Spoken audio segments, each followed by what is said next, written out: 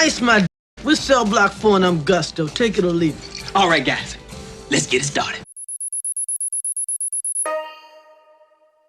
In today's feature, I'd like to do something a little different and talk about a few rules hip-hop unspokenly took on, but as we'll see today, have always been broken and or covered up. In no other genre do these things matter, along with only in rap can you be both criticized and praised just the same if you fall under one of these categories.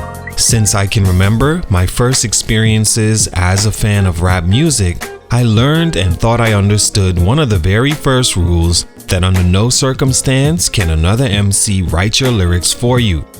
If such was the case, you were disqualified immediately from top rapper lists, although that was another unwritten punishment that by the era we currently live in, you can easily overcome and still sit at the top of the game and garner the same amount of respect from your peers, at least to your face and on social media. Behind your back, what they'll say about you is a different story. It's a rule I agree should be upheld because there's nothing worse to me than listening to a rapper specifically that didn't actually sit and create those stories from his own perspective. Instead, for whatever reason, he or she uses the insight, creativity, and writing skill of someone else and releases it as their own. Another unwritten rule I learned, for better or worse, is that under no circumstance, if you are privy to information that could be used to damage someone else by getting them entangled with law enforcement, you should share that information. This rule falls in the context of are you a civilian or not. To which of you are, then it doesn't apply and you should tell if it helps make your community a better place. But as a rapper, under no circumstance to my understanding was telling aloud. This, of course, has been bent and changed time and time again depending on who you are, how you've been able to spin it, and whether or not the masses like you or your music enough to give you a pass. I agree with this as well, because being a rapper, you knowingly sign up for this one, and it still allows a civilian who didn't the freedom to eliminate unsafe behavior from their environment.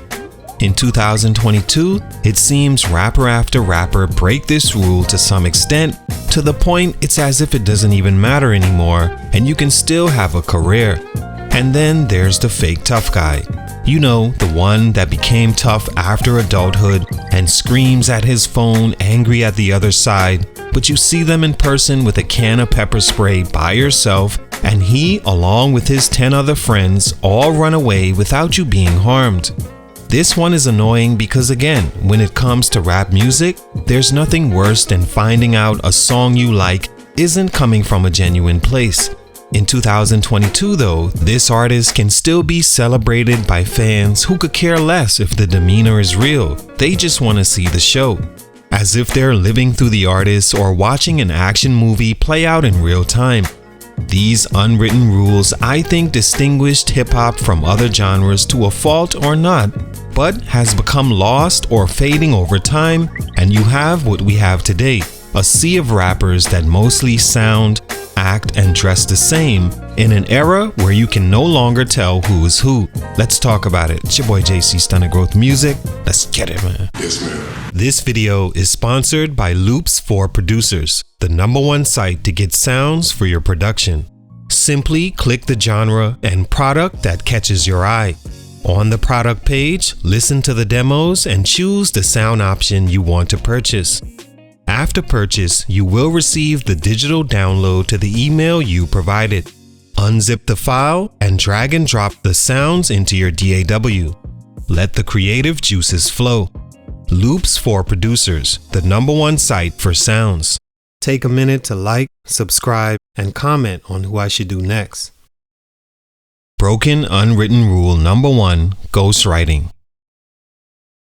This one is one of the more touchy subjects in rap, but since the beginning of time, it's a rule that has been broken under the guise of, well, I never said I was the best rapper anyway, so be it. Or in some cases, the criticism for breaking this rule is just ignored by the rapper and his fans follow suit and ignore it as well. The best current example of this is Drake. Drake is undoubtedly the biggest rap artist in the game at the moment, mainly because whenever he releases, he sells the most records, and even to have him featured on your song can mean a jump start to your career like no other. Just ask the Migos, I Love McConan, Blackboy JB, or even stepping outside of rap with The Weeknd. He's even loaned his star to already existing rappers like Rick Ross, French Montana, Meek Mill, and even Kanye West that all at some point benefited from being given a Hot 16 from the Six God himself. But in 2015, Drake was somewhat exposed for using now-known ghostwriter Quentin Miller on what many call his best album of all time. If you're reading this, it's too late. Funny enough, it was exposed by a rapper in Meek Mill whom Drake has helped in the past through collaborations, who you could argue owes a great deal of his success to Drake. This angered Drake, and he and Meek Mill went back and forth, or should I say back to back, and in the end, Drake still remains the biggest rapper in the game, and he and Meek has since mended fences, while the exposed ghostwriter Quentin Miller has been discarded by Drake, beat up by Meek Mill, and had his career taken away for the most part. Not to worry, nothing new. 1979, the Sugar Hill Gang's biggest song, Rapper's Delight, a hip-hop classic, wasn't actually written by them. It became the first rap song to hit top 40, written actually by Grandmaster Caz. Eazy-E, Boys in the Hood, written by Ice Cube.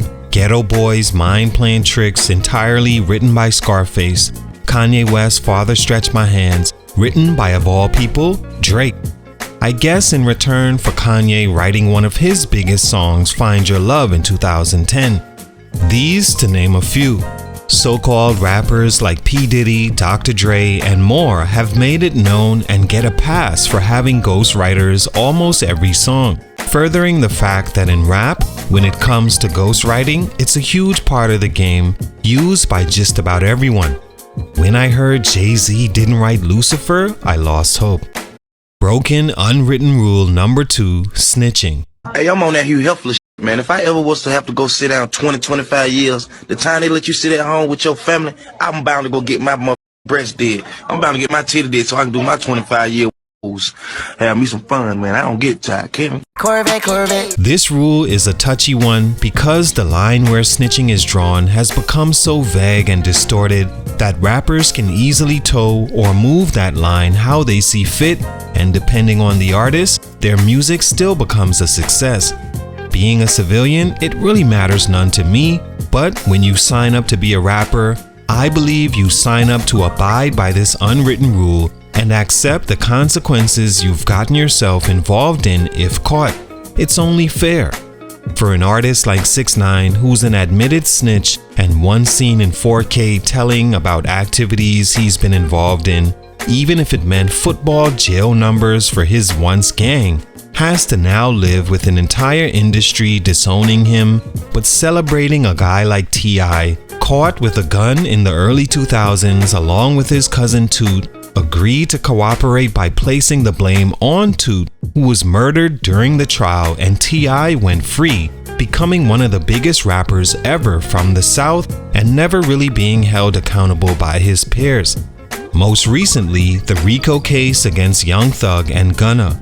Gunna, of course, took a plea deal after serving 215 days and was released right before Christmas, December 14, 2022, after telling the judge, court, and whole world that his former crew headed by Young Thug, YSL, is a gang, and he did see gang activity happen in YSL, and he was in a car with Young Thug, and the gun and drugs weren't his. Many are defending Gunna as not being a snitch, but in my opinion, an elbow point to your friend while saying to the principal you don't know who stole Mrs. Percy's shiny red apple is telling. At the very least, cooperating, especially when it makes your co-defendant's trial that much more difficult to fight because of your testimony. Unlike 6ix9ine though, not many rappers outside he and Bobby Shmurda have denounced Gunna since his plea deal, almost as if because we like you, we'll just move this goalpost over here. Hey, what's going on, man? They say Soulja ain't from the hood.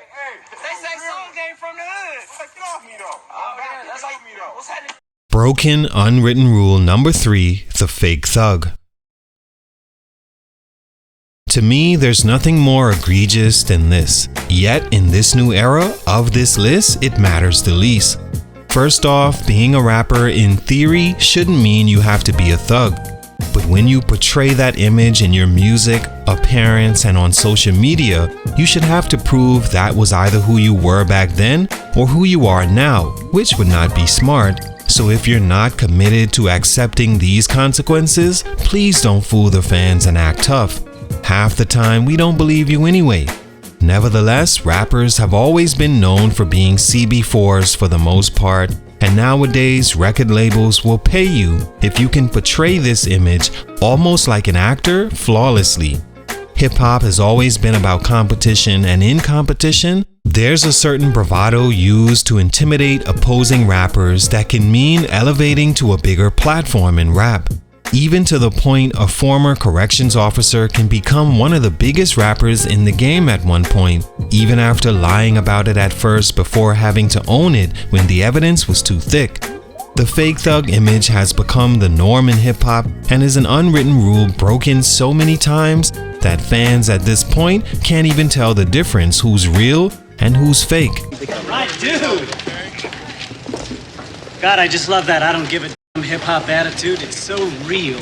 All in all, these unwritten rules can matter in different ways depending on who you're speaking to, and as a rapper, clearly isn't the be-all end-all to your career. There's a certain level of hypocrisy that has always gone on in hip-hop that says these rules can be broken when convenient, and depending on whether we like you or not. You wish there was a little more consistency either way, like if it's now accepted, then let it be for everyone. So there's not so much pressure to be something you're not, and we as fans can get pure music from a place we can believe. Maybe it'll send a better message that crime isn't cool to kids unless you want to be in a position you have to snitch or be fake for labels and the internet, or that accepting intellectual property that isn't your own and releasing it as that is disingenuous to fans. So just be yourself. It's your boy JC Stunner Growth Music, and I'm out. Yes, ma'am. I love it, I love it, I love it. Go, go, go!